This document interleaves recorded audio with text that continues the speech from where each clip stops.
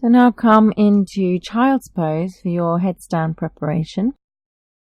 Remember, you don't have to do headstand. There are lots of different options. But we start in child's pose. The head a little bit lower than the heart. Just a nurturing upside down. You can practice moving the weight onto the top of the head in a kind of rabbit pose, lifting the bottom up, rolling onto the top of the head, lifting the bottom over the hips. Yeah, this gives a nice stretch to the back of the neck. Don't go too far. And you can do rabbit, or you can practice dolphin, interlinking the fingers, keeping the little fingers out. Moving the shoulders over the elbows and the hips over the knees. And you would exhale as you move your chin forward and inhale as you stretch back. Exhale as you move your chin forward over your thumbs and inhale. Let your forehead drop here and have a nice stretch. Exhale forward. Inhale back. And you can do as many of these as you want as your headstand practice. Maybe this is all you do if you've got a bad neck and you need shoulder stabilization. And you can also do this with straight legs, tucking the toes under, lifting the hips up. Again, we would exhale forward. The chin comes forward of the thumbs and inhale back. And at this point, you can let the top of the head drop to the floor so that your neck has a nice stretch. Exhaling forward, inhaling back. And this gives real great stability, acting against gravity, moving the shoulders. And you can rest in child when you've had enough of that. And that might be all your practice today, and that's absolutely fine. If you want to practice half headstand, you interlink the fingers, but you keep the palms open this time.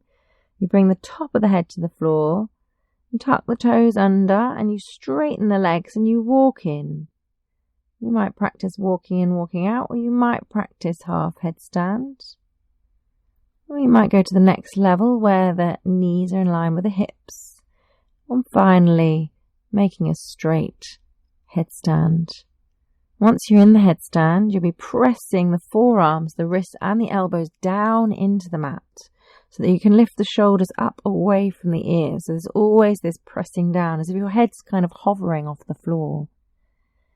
But you can just practice any of the stages before, walking in, walking out, walking in as close as you can, maybe lifting one leg up.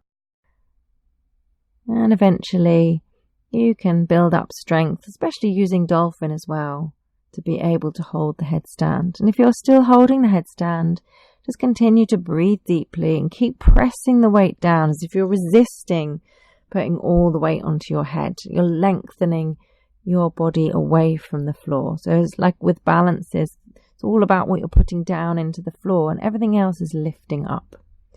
To come out, first bend the legs, bring the heels to the bottom, then super slow motion, knees to chest, dropping the toes to the floor, coming back down onto the knees and resting in child's pose.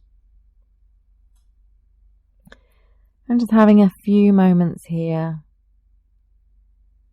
without coming up too fast. If this isn't a comfortable position for you, you can always roll onto your back and hug your knees into your chest. Like an upside down version of child's pose. Come up very slowly and just sit calmly in on your heels if that's comfortable, or you can go into cross leg, just having the spine upright for a pause, a few breaths.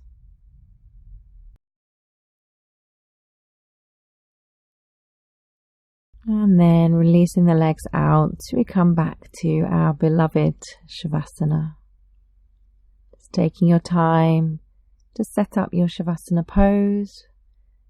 With the legs at least hip distance apart, feet turned out to the sides, arms away from the body, palms turned up, and the chin not jutting up too much, the back of the head nestled on the floor.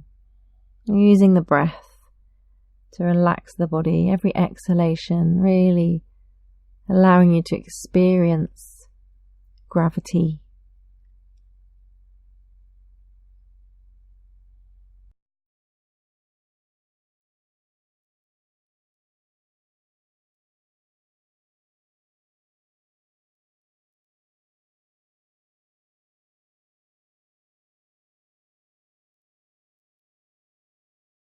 And then wiggling the fingers, wiggling the toes, moving the face. Roll the arms and legs in and out. Gently roll the head from side to side.